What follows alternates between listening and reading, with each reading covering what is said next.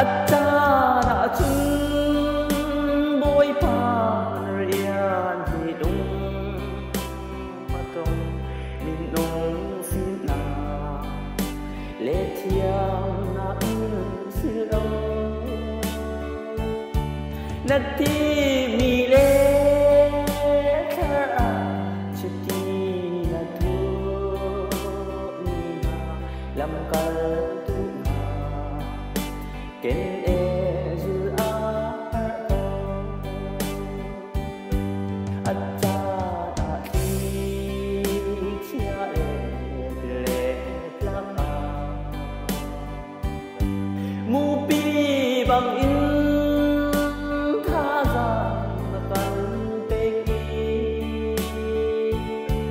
Atana chun prophet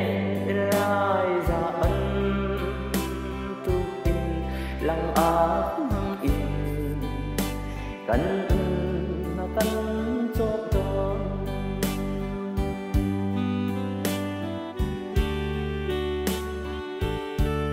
Atana chun dấu xe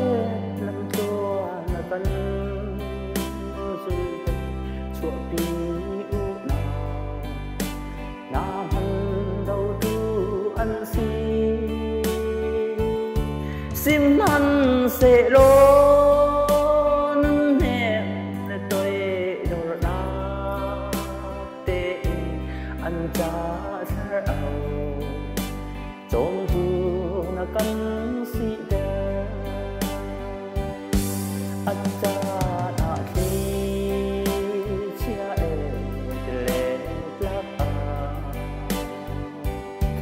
mu pi bang in tha ra na kan pe ki acha na chun prophet Eliza ban tu in lang a mang in kan na kan cho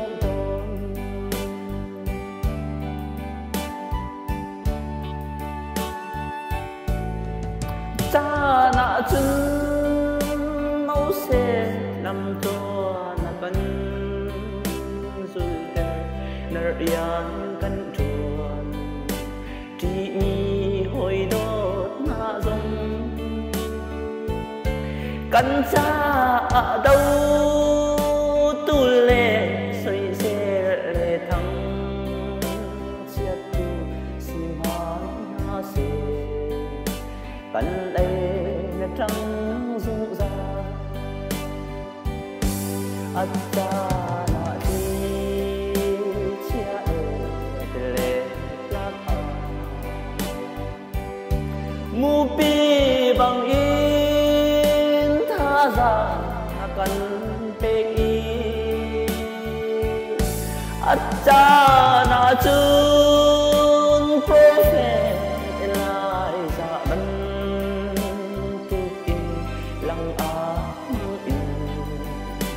kan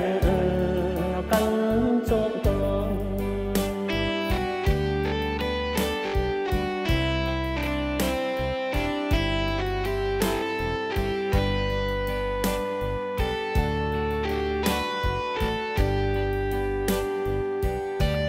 acha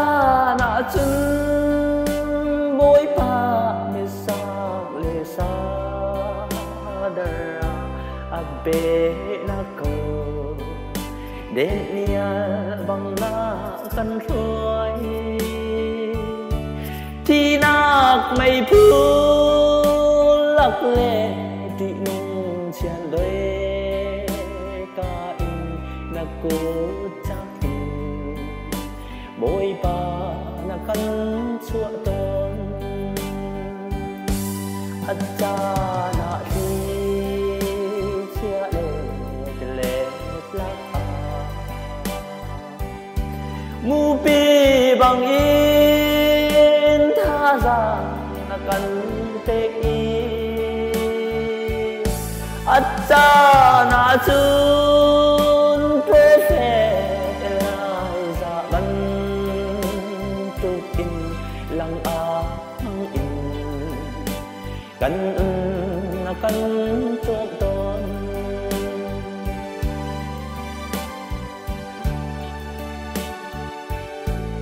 cha na chun David a khai sung mai khơi băng thở áo long na đầu tu thay sung căn ấy cha na chun prophet âu si đầm chuan căn than đột ní thay sung bài đâm cần tu khâu lơ cha na chi chia lệ ta mu pi bằng in tha ra na cần te i cha na chun prophet lai ra ban lăng ác mang in căn na căn chôm đô lăng ác mang in căn